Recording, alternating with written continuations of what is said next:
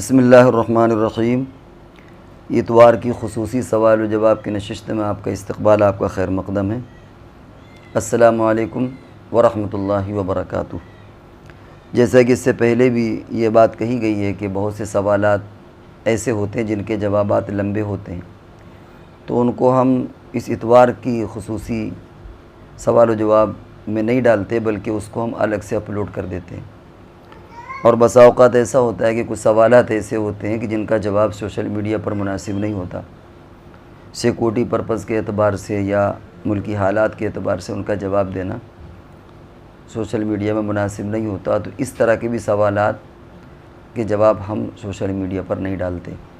ये बात इसलिए कहना पड़ी कि बहुत से लोग हो सकता है कि अपने नाम के साथ जवाबात तलाश करें कि हमने सवाल किया था लेकिन हमको जवाब मिला नहीं, तो इसलिए हम वजाहत के लिए अर्ज़ कर दें कि कुछ सवालात के जवाबात ऐसे होते हैं जो इस माहौल के एतबार से उसे सोशल मीडिया पर वायरल करना मुनासिब नहीं होता। इसलिए हम क़स्दन उन जवाबात को हज़फ कर देते हैं और उसको न इतवार वाले में और न इतवार के अलावा किसी और वीडियो में उसको हम जवाब उसका नहीं देते। ऐसे लोगों को चाहिए कि अगर उनके जवाब नहीं मिल पाए तो वो हमें व्हाट्सएप कॉलिंग के ज़रिए से, अगर करीब हों तो ख़ुद आ कर के सामने बैठ कर के समझ लें, और अगर दूर के रहने वाले हों तो व्हाट्सएप कॉलिंग के ज़रिए से हमसे अपने वो इश्कालात हल कर लें। बहरहाल, हमारे सामने पहला नाम अब्दुर्रहमान अंसारी, उन्होंने कमेंट किया मुफ्ती इकबाल साहब की वीडियो पर कि मोहम्मद और अहमद नाम की बरकत, इस नाम वाले कभी जहन्नम में नहीं जाएंगे, उस पर कमेंट किया है। और पीर फ़कीर साहब ने अपनी किताब खुतबात हिंद में ये बात लिखी है कि जिसका नाम मोहम्मद या अहमद हो वो जन्नत में जाएगा और उस नाम की बरकत से उसके घर वालों को भी जन्नत में दाखिल कर दिया जाएगा। ये वीडियो भी हमने नहीं सुनी कि उसमें और आगे पीछे क्या बातें बयान की गई। इसी तरह पीर फ़कीर साहब की जो खुतबात में भी हमने नहीं पढ़ा, लेकिन ये मोतबर लोग हैं, उस बात को पूरे उसके पस मंज़र में समझना चाहिए। बेहतर होगा कि आप दोबारा कमेंट करके जब मुफ्ती साहब अपनी वीडियो बनाएंगे तो उसमें उसका जवाब दे देंगे। लेकिन कभी कभी कोई चीज़ होती है कि किसी ख़ास पस मंज़र में उसको कहा जाता है, उसको उसी पस मंज़र में समझना चाहिए। बहुत सी हदीसें हैं जिनमें आता है कि ला यदखुलुल जन्नह क़त्तात, या कि जन्नत में चुगलखोर कभी नहीं जाएगा, जन्नत में बख़ील कभी नहीं जाएगा। लेकिन उन हदीसों का भी एक अपना मतलब होता है समझने के लिए। मतलब नहीं कि अगर कोई आदमी बख़ील है तो कभी जन्नत में जाएगा नहीं, या मन क़ाल ला इलाहा इल्लल्लाह दख़लल जन्नह, जिसने ला इलाहा इल्लल्लाह कह दिया वो जन्नत में दाखिल हो जाएगा। तो ज़ाहिर है इसका ये मतलब नहीं कि वो नमाज़ पढ़े ना पढ़े और कोई इबादत करे ना करे, चाहे जितने गुनाह करे, वो दख़लल जन्नह, जन्नत में दाखिल हो जाएगा। ये इसका मतलब नहीं होता। उसका मतलब ये होता है कि कलमे के साथ साथ उस कलमे के तक़ाज़ों को भी पूरा करे, तब होता है। इसी तरीक़े से खाली नाम रखने से कुछ नहीं होता, बल्कि नाम के साथ उस नाम की लाज भी रखे, उस नाम के तक़ाज़े को पूरा करें, तो फिर ये बशारतें होती हैं। खाली नाम की वजह से ऐसी कोई बशारत नहीं है। तो इसलिए अगर इतने जवाब से तशफ़ी हो गई हो तो ठीक है, और अगर तशनीगी रह गई हो तो मुफ्ती इकबाल साहब जब अपना वीडियो बनाएंगे इंशाअल्लाह आपका जवाब उसमें दे देंगे, आप उसमें दोबारा कमेंट कर दीजिएगा। एक और नाम हमारे सामने सादिक, ये पूछते हैं कि कोई दीनी किताब पढ़ सकते हैं लेट कर, और तालीम लेट कर सुनना कैसा है? दीनी किताब लेट कर पढ़ सकते हैं, कोई हरज नहीं है। आजकल मोबाइल में लेटे लेटे लोग न जाने क्या क्या देखते हैं। बेहतर है कि कोई दीनी मज़मून, कोई दीनी किताब पढ़े, उससे नींद भी जल्दी आती है और फ़ोन का सही इस्तेमाल भी हो जाएगा। और तालीम भी लेट कर सुन सकते हैं, उसमें कोई हरज नहीं है। कहते हैं कि मसाले कि जितना गुड़ डालेंगे उतने मीठा होगा, यानी जितना किसी चीज़ का एहतराम करेंगे उतना ही ज़्यादा उसके अंदर बरकत और बेदारी पैदा होगी। बाकी अगर लेट के सुनना चाहें तो कोई हरज नहीं है। बात पर बात निकलती है कोई चीज़ पढ़ने या सुनने में कितनी देर हमारे जहन में वो चीज़ बाक़ी रहती है, ये जहन के कंसंट्रेशन पर इसका इन्हिसार होता है। जितनी तवज्जो से हम कोई चीज़ पढ़ेंगे सुनेंगे उतनी ज़्यादा देर तक हमें वो चीज़ याद रहती है। इसीलिए एक साइंटिस्ट के बारे में नाम मेरे जहन से ज़हूर हो रहा है कि वो जब किसी किताब का मुताला करता था तो खड़े होकर के डाइज में पढ़ता था। उसका कहना ये था कि जब कोई आदमी लेट करके पढ़ता है तो उसे 70% नहीं समझ में आएगा या भुला देगा, वो 30% उसके जहन में वो चीज़ महफूज रहेगी। और अगर वो आदमी बैठ कर के पढ़ रहा है तो 80% या 70% उसे याद रहेगा, 30% भुला देगा।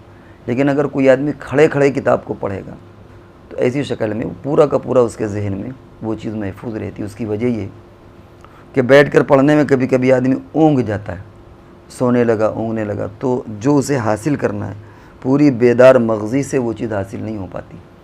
लेकिन खड़े खड़े सो नहीं पाएगा, खड़े खड़े जब पढ़ेगा तो पूरे बेदार मगज़ी के साथ वो चीज़ हासिल करेगा। तो जिस चीज़ को हम जितना बेदारी के साथ और जितनी तवज्जो से उसको सुनेंगे या पढ़ेंगे उतना ही हमारे जहन में वो चीज़ महफूज रहेगी। और जिसको जितने लावाबालीपन से या जितने बेहतियाती से या जितने जहन के हाजिर ना होने के साथ उसको सुनेंगे उतने ही ज़्यादा उसके अंदर जहन में उसको बसाने की सलाहियत कम होगी। इसीलिए जो लोग एजुकेशन लाइन के पढ़ने पढ़ाने के वो जानते हैं कि अगर कभी एग्ज़ाम में कोई सवाल आ जाए और उसका जवाब वो लिख दे या न लिख पाए तो वो उससे पूरी ज़िंदगी याद रहता है कि मुझे एग्ज़ाम में ये क्वेश्चन आया था, ये सवाल आया था और मैंने इसका सवाल लिखा था या मैं नहीं लिख सका था। क्यों? इसलिए कि जिस वक्त इंसान एग्ज़ाम में बैठा होता है उसका पूरा कंसंट्रेशन, उसकी पूरी तवज्जो उस सवाल पर मरकूज़ होती है। तो यही उसूल पढ़ने पढ़ाने का है कि जिस चीज़ को हम जितनी बेदारी से लेंगे, अदब और एहतराम से लेंगे, उतना ही वो हमारे जहन में बस जाएगी, हमें याद रहेगा देर तक। और जितने ही हम ऊँघते हुए, सोते हुए, लेटे हुए अगर करेंगे तो फिर वो चीज़ हमारे जहन में कम याद रहेगी। तो इसलिए दीनी किताब पढ़ भी सकते हैं, लेटे लेटे तालीम भी सुन सकते हैं लेटे लेटे, लेकिन जितना बैठ करके बेदारी के साथ, इसीलिए कहते हैं कि बावज़ू पढ़िए, जितनी बेदारी के साथ हम उसका मुज़ाहरा करेंगे तालीम हासिल करने में उतना ही हमारे जहन में वो चीज़ महफूज रहेगी। ये बात भी जहन में रहना चाहिए। जायज़ नाजायज़ होना एक अलग मसला है, लेकिन उस चीज़ से फ़ायदा उठाना ये एक अलग मसला है। तो जायज़ है लेकिन भरपूर फ़ायदा उसी वक्त होगा जबकि आदमी बेदारी के साथ और अदब और एहतराम के साथ ले। लेकिन आजकल जहाँ तक मोबाइल का ताल्लुक़ है तो सोते सोते लोग न जाने क्या क्या चीज़ें देखते हैं।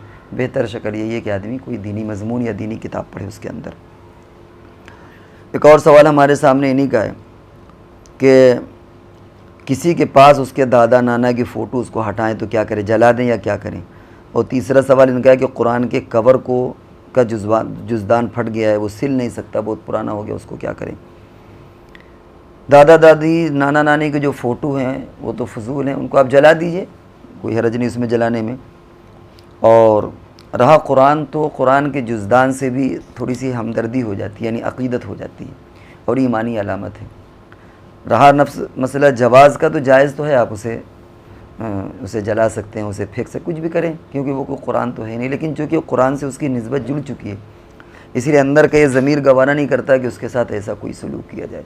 तो आला दर्जा ये है कि आप अगर देहात के रहने वाले हैं तो वहाँ कहीं ज़मीन में नीचे दबा दें, कुछ दिन के बाद वो ख़त्म हो जाएगा। और शहर के रहने वाले हैं तो कब्रिस्तान जा करके थोड़ा सा खुद करके उसको दबा दीजिए, वो कुछ दिन के बाद वो चीज़ ख़त्म हो जाएगी।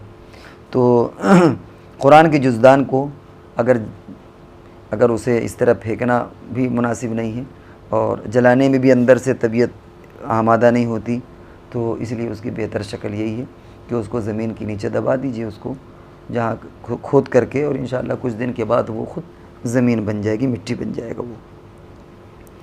एक और नाम हमारे सामने, इन्होंने नाम नहीं लिखा, किसी मसले से नामालूम लिख दिया। इन्होंने एक फ़ोटो भेजा है कि आईब्रो सही जैसे तस्वीर में है तो उसका क्या हुक्म होगा, उसको हम कर सकते हैं, ऐसा बना सकते हैं कि नहीं। इन्होंने ये भेजा है 2, ये आ रहा नज़र उसमें, ठीक है, इसमें ऊपर और नीचे ये 2 शक्लें पूरा नज़र आ गया। इसमें ऊपर 1 और नीचे 2 लिखा हुआ है। तो अब इस तरह अगर किसी औरत की या किसी मर्द की इस तरह की आईब्रो हों तो उन्हें वो बनवा सकता है, उन्हें सही करवा सकता है कि नहीं, इसकी इजाज़त है। देखिए, एक होता है कि बिला वजह आईब्रो में अच्छी खासी बंदे की हैं लेकिन वो बेमकसद उनमें तकल्लुफ़ात करे, उसे नोचे, या ये तो मना है, हदीस के अंदर भी इसको मना किया गया। लेकिन एक ऐसी शक्ल बन जाती है कि जो फितरी चीज़ नहीं होती, वो ज़ायद चीज़ हो जाती है, जो बुरी लगती है, हर इंसान समझता है कि ये चीज़ बुरी है, तो उसको हटवा सकते हैं। मिसाल के तौर पर कोई औरत है, उसके दाढ़ी निकल आए या मुझे, जाहिर बात है कि अब आप ये नहीं कहेंगे साहब, नहीं साहब दाढ़ी निकल है, क्या है, कुछ नहीं, वो साफ़ करना पड़ेगा उसे। कोई मर्द है जिसके गाल में यहाँ पर बाल निकल आए तो उसको साफ़ करना पड़ेगा, वो किसी भी तरह साफ़ करे, उसमें शरन कोई हरज नहीं। और ये ऐसे ही जैसे मिसाल के तौर पर किसी आदमी की छठी उंगली निकल आए तो अब उसको वो रिमूव करा सकता है। यहाँ पर ये नहीं होगा कि साहब वो छठी उंगली को क्यों वो हटवा रहा है। तो इसलिए जो चीज़ फितरी तौर पर अल्लाह ने पैदा किया है और जिनका एक फॉर्मेट गोया बना चला आया है, लेकिन मर्द और औरत की एक अल्लाह ने पैदाइशी तौर पर एक हुलिया है, और कहाँ बाल निकलना होते हैं कहाँ नहीं निकलना होते हैं, वो एक पूरा सेटअप बना होता है, उसमें तो छेड़छाड़ जायज़ नहीं। लेकिन ये जो अभी भाव वाली बात आई, इसमें बहुत ज़्यादा यहाँ पर भाव आ गए, डरावनी शक्ल पैदा हो गई, कोई देख करके डर सकता है। लिहाजा ऐसे बंदे को अगर वो मर्द हो या औरत, अगर वो यहाँ पर वो रिमूव कराना चाहें, साफ़ कराना चाहें, तो इसकी इजाज़त होगी, क्योंकि ये तग़यीर खल्क़िल्लाह नहीं है। तग़यीर खल्क़िल्लाह उसको कहते हैं कि जो फितरी इंसान की साख्त है उसमें उसके अंदर कोई तब्दीली पैदा करना। लेकिन अगर जैसे ये छठी उंगली हटा देना, ये तग़यीर खल्क़िल्लाह नहीं है, क्योंकि अल्लाह ने जो इंसान को पैदा किया है और जो इंसान की उमूमी पैदाइश होती है वो 5 उंगलियां एक हाथ में होती हैं। इंसान इस तरह पैदा होता है, 5-5 उंगलियां हाथ में लेकर के पैदा होता है। अब अगर किसी की 6 उंगली हो जाए तो वो नक्स हो गया है, वो ऐब हो गया है, उस ऐब को हटाने में कोई हर्ज नहीं है। तो इसलिए अगर किसी की इस तरह की भवें निकल आई हैं, उन भवों को रिमूव कर सकते हैं, हटा सकते हैं, उसमें कोई हर्ज नहीं है, उनको साफ़ करवा सकते हैं। अनस साहब बांसमंडी के पूछते हैं क्या मच्छर मारने वाले बैट का इस्तेमाल कर सकते हैं? कर सकते हैं, क्योंकि वो आग में जलाना मना है और वो आग नहीं है। और इस पर हमारा एक वीडियो भी पड़ा हुआ, अगर आप सर्च करेंगे उसमें जदीद मसाइल में, तो इंशाल्लाह पूरा वीडियो आपको उसमें मिल जाएगा। शेख मोहम्मद उमर कानपुर ये कहते हैं कि मसला पूछना था, वंदे मातरम और जनगण राष्ट्रगान मुनासिब है या नहीं, ज़रा इस्लाह फरमाइए। एक है राष्ट्रगान और एक है राष्ट्रगीत। राष्ट्रगान ये तो जनगण मनगण है, और एक राष्ट्रगीत जो होता है वो वंदे मातरम। हमारे उलमा ने जो लिखा है वो ये कि राष्ट्रगीत जो वंदे मातरम वो सही नहीं है, क्योंकि उसके जो मफ़हूम और मानी है वो परस्तिश और इबादत के माने हैं, ज़मीन की पूजा करने के माने में। इसीलिए उसको वक्तन फ़वक्तन उसका अपोज़ भी किया जाता है, उसकी मुखालफत भी की जाती है। और जहाँ तक ताल्लुक़ राष्ट्रगान का है, जो तहक़ीक़ हुई वो ये कि इसमें कोई ऐसे शिर्किया या कुफ्रिया अल्फाज नहीं है। रविंद्रनाथ टैगोर ने जो उसको बनाया, वो ख़ुद उसकी तहरीरों से मालूम होता है, लोगों ने लिखा है कि वो अगरचे मुसलमान न सही लेकिन कम से कम मुवहिद था, यानी अल्लाह के तौहीद का कायल था। तो इसलिए उसमें कोई ऐसा शिरकिया और कुफ्रिया अल्फाज नहीं है, तो इसलिए उसको पढ़ने में कोई हर्ज नहीं है। इसीलिए आप देखें कि मदारिस में भी अब वो पढ़ा जाने लगा है, और 26 जनवरी और 15 अगस्त में उसको हमारे उलमा भी पढ़ते हैं। और वो जो राष्ट्रगीत जिसको आप वंदे मातरम कहते हैं, उससे एहतियात करें, वो नहीं पढ़ा जाएगा, इल्ला कि कोई आदमी मजबूरी में फंस जाए, मजबूरी के अहकाम अलग होते हैं, वरना वो ना पढ़ें। सुबहान औरत नुमा, ये 6ठा नंबर सुबहान इनका नाम है। मेरा ख्याल है सवाल लिखने में कोई थोड़ी सी कमी हो गई है। औरत नमाज नहीं पढ़ सकती या है, ये कुछ सवाल लिखने में दिक्कत आ गई है। हम इंशाअल्लाह अगली मरतबे इसका सवाल देंगे, जवाब देंगे। जिन्होंने सवाल नोट किया है वो सवाल अनकम्प्लीट है, सवाल पूरा नहीं है। बिन्त मोहम्मद तारिक, क्या रुकू और सजदे की मिक़दार बराबर होना ज़रूरी है? मसलन रुकू में कम और सजदे में ज़्यादा तस्बीह पढ़ सकते हैं, या उसका उल्टा सजदा कर सकते हैं? आप सजदे में 5 मरतबा पढ़ रहे हैं, रुकू में 3 मरतबा पढ़ रहे हैं, या इसके बरक्स कर लें, इसकी इजाज़त है। लेकिन बेहतर तरीक़ा यही है कि जो एक सेटअप बना है उसी एतबार से वो होना चाहिए। अफजल तरीक़ा वही है कि अगर 5 मरतबे रुकू में है तो 5 मरतबे सजदे में। ये नहीं है कि रुकू में तो 3 मरतबा कह लिया, सजदे में 15 मरतबे कर लिया, या इसके उल्टा। एक तनासुब के साथ रुकू और सजदे में तवाज़ुन बाकी रहना ये अफजल है, इसलिए जायज़ है। लेकिन अफजल तरीक़ा ये कि आप उस बैलेंस को बाकी रखें। एक और नाम हमारे सामने उमैर कानपुर है। ये पूछते हैं कि मर्द या औरत नापाक है, गुस्ल करते वक्त बदन से पानी लगकर बाल्टी में गिरे, जब भी बाल्टी से वो गुस्ल कर रहा है, क्या वो बाल्टी भरा पानी नापाक हो जाएगा? नापाकी एक तो होता है हमारे बदन में कहीं पर नापाकी लगी है, पेशाब पखाना या कोई और चीज़ हमारे जिस्म में लगी है, जाहिर है कि उसको तो धुलना पड़ेगा। और एक होता है कि हमारा बदन नापाक हो गया, मान लीजिए कि मियाँ बीवी के जो ताल्लुकात होते हैं उसके बाद बंदा नापाक हो जाता है, हालांकि उसके बदन में कहीं नापाकी लगी हुई नहीं होती। और अगर नापाकी लगी भी है, उसने उसको धुल लिया तो नापाकी तो साफ़ हो गई, लेकिन बदन उसका अभी भी नापाक है। नापाक इस माना कर रहे हैं कि नमाज नहीं पढ़ सकता वो। ये मतलब नहीं कि अगर उसको कोई छू ले तो वो नापाक हो जाएगा। कोई भी ऐसा बंदा जो नापाक हो, अगर उसने अपनी नापाकी को साफ़ कर लिया और आप गीला हाथ लगा करके उसके हाथ पर लगाते, तो ये मतलब थोड़ी कि वो नापाक है तो आपका हाथ नापाक हो जाएगा, क्योंकि वो निजासत हुक्मिया उसको कहते हैं। वो नापाकी है, लेकिन हुक्मन नापाक है, हकीकतन नापाक नहीं। लिहाजा अगर वो अपना हाथ, ऐसा बंदा जो नापाक है, नापाक से मुराद समझिएगा कि उसके जिस्म में कोई नापाकी नहीं है, लेकिन उसे सोने में नाइट फाइल हो गया या इसी तरीक़े से वो मियाँ बीवी वाले ताल्लुक़ात कायम है जिसकी वजह से वो नापाक है, वो बंदा अगर अपना हाथ पानी में डाल दे तो वो पानी नापाक थोड़ी हो जाएगा। समझ रहे हैं? इस फ़र्क़ को हमें समझना चाहिए। अब आइए आपके सवाल की तरफ कि अगर वो नापाकी लगी हुई है और बाकायदा नापाकी हमने पहले से साफ़ नहीं की और हम नहा रहे हैं और वो नापाकी वाला पानी बाल्टी में गिर रहा है हमारे बदन से लग करके और नापाक पानी, तो ज़ाहिर बात है कि पानी नापाक हो जाएगा। लेकिन अगर मैंने नहाने से पहले वो नापाकी दूर कर ली, अब हम नहा रहे हैं, हम पाकी हासिल कर रहे हैं और हुक्मन हम नापाक हैं। हुक्मन नापाक का मतलब ये हुआ कि हमारे जिस्म में कोई नापाकी नहीं, लेकिन शरीयत ने हमको ये इजाज़त नहीं दी कि हम नमाज़ पढ़ें, कुरान पढ़ें या मस्जिद में जा सकें। हुक्मन हम नापाक हैं लेकिन हमारा बदन पाक है। तो ऐसी शक्ल में अगर हमारे बदन की छींटें या हमारे बदन का पानी उचट करके या हमारे सर से पानी उचट करके बाल्टी में चला जाए तो वो पानी पाक रहेगा, उसमें कोई हरज नहीं है। तो मेरा ख़्याल है कि आपकी बात इसमें आ गई होगी, और अगर अब भी कोई दुश्वारी है तो इसको दोबारा पूछ लें। नाम यामीन ने फ़ोटो भेजा है और पूछा है कि मुफ्ती साहब क्या ये कौल सही है, और वो फ़ोटो इत्तेफाक से अभी हमारे उस पर लोड नहीं हो सका, इसलिए हम जवाब देने से माजूर हैं। दोबारा उसको भेजिए इंशाअल्लाह। और बेहतर ये है कि आप ख़ुद सवाल कर लिया करिए। अगर इस तरह लोग हमारे पास वीडियो भेजते रहें या इमेजेस भेजते रहें कि आप इस वीडियो को सुनें और सुन करके आप जवाब दें, या इस इमेज को आप डाउनलोड करें फिर उसको पढ़ें फिर जवाब दें, इतना हम लोगों के पास वक्त नहीं रहता। फिर उसमें बहुत सारी बातें लिखी होती हैं, पता नहीं किस बात में आपको इश्काल है।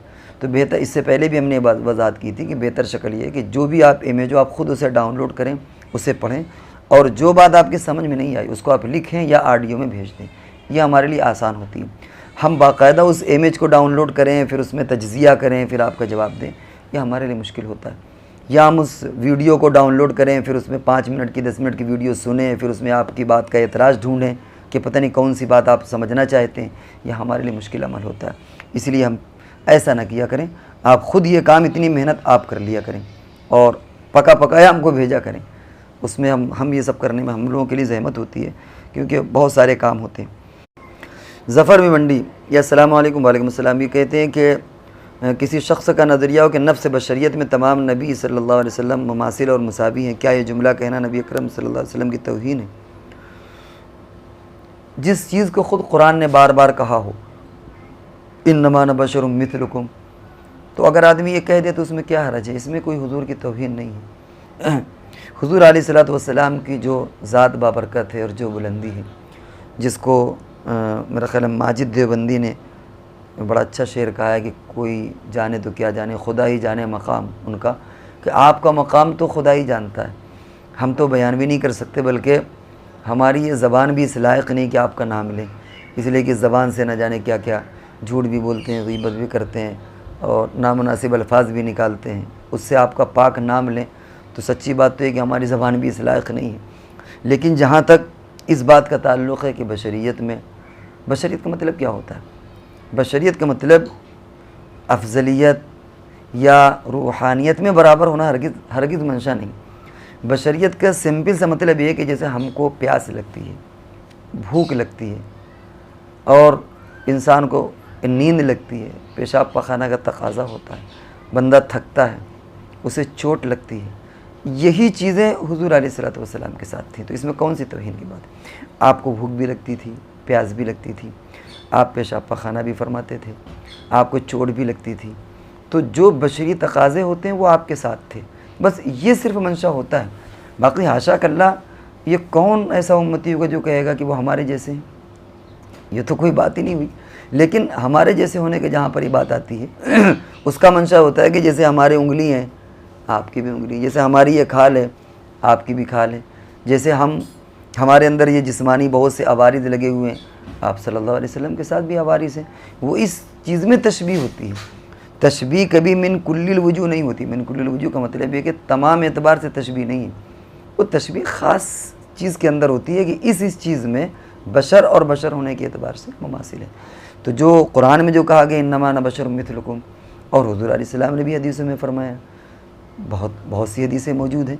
तो इस तरह ऐसा कहने में कोई तौहीन नहीं है। मिसाल के तौर पर आप अगर ये कहें कि जैसे हमको प्यास लगती है, हुजूर को प्यास लगती है, तो क्या ये तौहीन हो जाएगी? या कोई कहे कि जैसे हमको भूख लगती है ऐसे हुजूर को भूख लगती है, तो क्या ये तौहीन हो जाएगी? यही तो मतलब है बशरियत का, और क्या है। बाकी यहाँ पर रूहानियत का मसला थोड़ी है, वो तो बिल्कुल अलग चीज़ है। दूसरा सवाल है कि जानवर ज़बह करते वक्त तो कोई दिल में बिस्मिल्लाह कहे, ज़बान से ना कहे, तो ज़बिया हलाल होगा? इमाम अबू हनीफा रहमतुल्लाह अलैह के नज़दीक उसे ज़बान से कहना ज़रूरी है। भूले से छोड़ जाए, छूट गया तो कोई मसला नहीं। ये तो कुर्बानी में आदमी हड़बड़ाहट में भूले से छोड़ जाए, छूट जाए उससे, तो ज़बिया सही हो जाएगा। लेकिन अगर जानबूझ के छोड़ा है और हनफी मसलक का है तो वो ज़बिया जायज़ नहीं। और बाज़ अइम्मा के यहाँ ये है कि वो कहते हैं वो दिल में अल्लाह है, और अगर जानबूझ करके भी वो छोड़ दे तो कोई हरज नहीं है। लेकिन अगर हनफी मसलक है तो अगर जानबूझ करके छोड़ेगा तो फिर वो ज़बिया जायज़ नहीं होगा। तीसरा मसला है कि फ़र्द या नफिल नमाज की नीयत बांधकर नमाज तोड़ दी तो क्या करना चाहिए? फ़र्द अगर तोड़ दिया है तो फ़र्द दोबारा पढ़ना ही पड़ना है आपको, क्योंकि वो ज़िम्मे आपके उसी वक्त अदा होगा जबकि आप अदा करें।